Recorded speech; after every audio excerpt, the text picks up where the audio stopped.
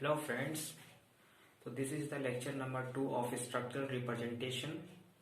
Lecture number 1 में हम लोगों ने बात की थी structural representation of organic compounds के बारे में। जिसका पिछला लेक्चर था उसमें हम लोग बात की थी structural representation of organic compounds के बारे में। उसमें हम लोगों ने डिस्कस की थी कि जो ऑर्गेनिक कंपाउंड है उसको हम लोग 3 तरीकों से रिप्रेजेंट कर सकते हैं।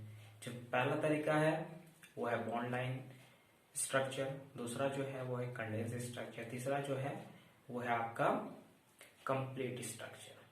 तो आज के लेक्चर में जो है लेक्चर नंबर 2 उसमें हम लोग बात करेंगे जो प्रॉब्लम्स एसोसिएटेड होते हैं, प्रॉब्लम बेस्ड ऑन होते हैं स्ट्रक्चर रिप्रेजेंटेशन में। स्ट्रक्चरल रिप्रेजेंटेशन पे कुछ प्रॉब्लम्स आते हैं, उस प्रॉब्लम्स को हम लोग 1 बाय 1 डिस्कस करेंगे, है ना। तो आज हम देखेंगे लेक्चर नंबर 2 में प्रॉब्लम नंबर 1 क्या होती है स्ट्रक्चरल रिप्रेजेंटेशन पर। प्रॉब्लम नंबर 1 पहला आता है फाइंड या फिर कैलकुलेट, फाइंड या फिर calculate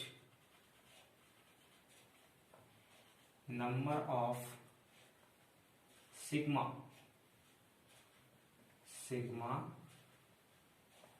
and pi bond between carbon atoms in organic compound, है ना। जो फर्स्ट प्रॉब्लम आता है स्ट्रक्चरल रिप्रेजेंटेशन पे वो आता है कि कैलकुलेट कीजिए number of sigma and number of pi bonds जो कार्बन कार्बन के बीच में है या फिर कार्बन हाइड्रोजन के बीच में है। यहाँ पर कार्बन कार्बन या फिर कार्बन हाइड्रोजन के बीच में भी हो सकती है ना, कार्बन हाइड्रोजन के बीच में हो सकती है ऑर्गेनिक कंपाउंड्स, ठीक है। तो इस पर आज हम लोग चर्चा करेंगे। तो सबसे पहले जो बेसिक है वो आप जान लीजिए कि कोई एलिमेंट है ए और कोई एलिमेंट है बी, इसके पास बीच में अगर सिंगल बॉन्ड है, इसके बीच में अगर सिंगल बॉन्ड है means 1 pair of electrons present है तो यहां पर होगा सिग्मा बॉन्ड, ठीक है। ये पहला कंडीशन है, this is the first condition कि कोई भी दो एटम्स के बीच में अगर सिंगल बॉन्ड प्रेजेंट है तो उसमें सिग्मा बॉन्ड होगा, ठीक है। अब आता है पॉइंट नंबर 2, ए और बी के बीच में दो एटम्स के बीच में अगर डबल बॉन्ड है, दो एटम्स के बीच में अगर डबल बॉन्ड है मींस 2 पेयर ऑफ इलेक्ट्रॉन्स है इसमें, 2 पेयर्स ऑफ इलेक्ट्रॉन्स है इसमें, तो नीचे वाला जो होगा वो सिग्मा होगा, सिग्मा बॉन्ड, ऊपर वाला जो होगा वो पाई बॉन्ड होगा, ठीक है। अगर डबल बॉन्ड प्रेजेंट है दो एटम्स के बीच में तो नीचे वाला जो बॉन्ड होगा उसका वो सिग्मा बॉन्ड और ऊपर वाला जो होगा वो पाई बॉन्ड होगा, ठीक है। जो तीसरा है इसका थर्ड, ए और बी के बीच में अगर ट्रिपल बॉन्ड प्रेजेंट है, ए और बी के बीच में ट्रिपल बॉन्ड अगर प्रेजेंट है means 3 pair of electrons present है, यहाँ पे 3 पेयर्स ऑफ इलेक्ट्रॉन, तो एक सबसे नीचे वाला जो होगा वो सिग्मा बॉन्ड होगा और जो बचे दो वो पाई बॉन्ड होंगे, ठीक है। अगर कोई दो एटम्स के बीच में अगर ट्रिपल बॉन्ड प्रेजेंट है तो सबसे लास्ट जो बॉन्ड बनेगा, सबसे नीचे वाला जो बॉन्ड होगा वो सिग्मा बॉन्ड होगा, बाकी बार जो ऊपर वाला दोनों बॉन्ड होगा वो पाई बॉन्ड होगा, ठीक है। तो ये था आपका बेसिक कंसेप्ट, यह है आपका बेसिक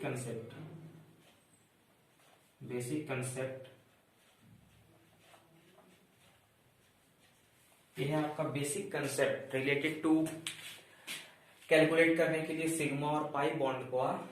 आपका ये बेसिक कंसेप्ट है कि दो एटम के बीच में अगर सिंगल बॉन्ड प्रेजेंट है तो उसमें सिग्मा बॉन्ड होगा, डबल बॉन्ड प्रेजेंट है तो नीचे वाला सिग्मा ऊपर वाला पाई होगा, और अगर ट्रिपल बॉन्ड प्रेजेंट है तो सबसे नीचे वाला सिग्मा होगा और दोनों ऊपर वाला पाई होगा, ठीक है।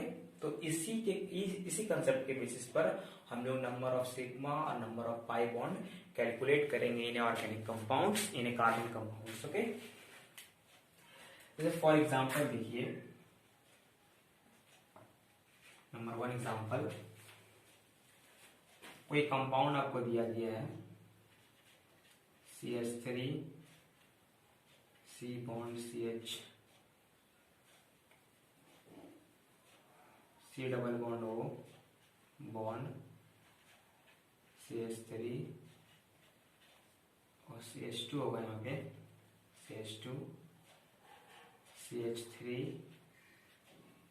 C double bond O bond H। हमें बोला गया कि इस जो कंपाउंड मैंने आपको दिया है, इस कंपाउंड में नंबर ऑफ सिग्मा और नंबर ऑफ पाई बॉन्ड आप कैलकुलेट कीजिए। कार्बन हाइड्रोजन कार्बन कार्बन के बीच में, माने इस कंपाउंड में जितने हो सकते हैं सिग्मा बॉन्ड और पाई बॉन्ड, ये नहीं बोला कि वो कार्बन कार्बन के बीच में ही कैलकुलेट करना, आप जितना हो सकता है इसमें कैलकुलेट कीजिए। ठीक है, तो इसको कैसे हम लोग डील करेंगे, आइए देखिए। सबसे पहले इसको आप, ये कंडेंस स्ट्रक्चर है, इसको आप पहले कंप्लीट स्ट्रक्चर में लिखिए। ठीक है, कंप्लीट स्ट्रक्चर में लिखने के लिए मैंने पिछले वीडियोस में अच्छा बताया है। अगर आपको नहीं आता है तो आप पिछले वीडियोस को देखें, अगर आता है तो आइए आप यहाँ पे। इसको पहले आप कंप्लीट स्ट्रक्चर में लिखेंगे, C बॉन्ड H, तीन तो हाइड्रोजन तो तीन लगा दिए, फिर bond C double bond O bond C bond H bond C bond H bond C bond H bond H C double bond O bond H। Complete structure में हमने लिख दिया।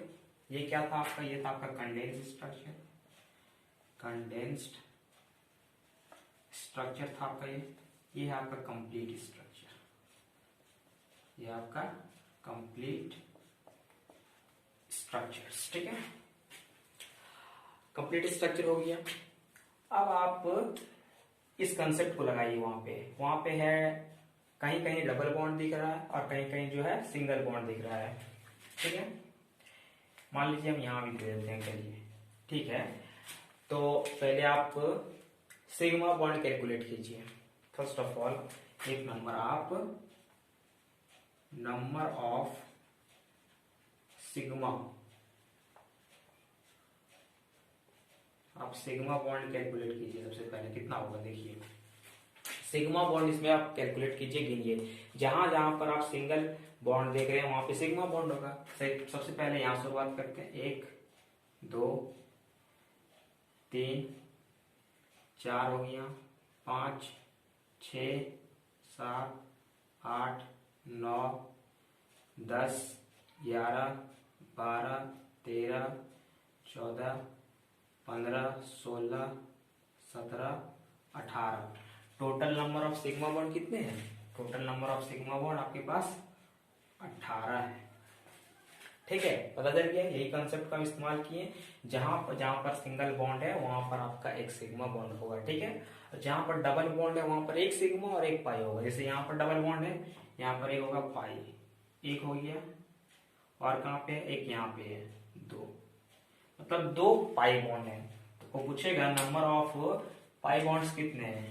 Number 2, numbers of pi bond कितने हैं, number of pi bond कितने, एक यहाँ है एक यहाँ है।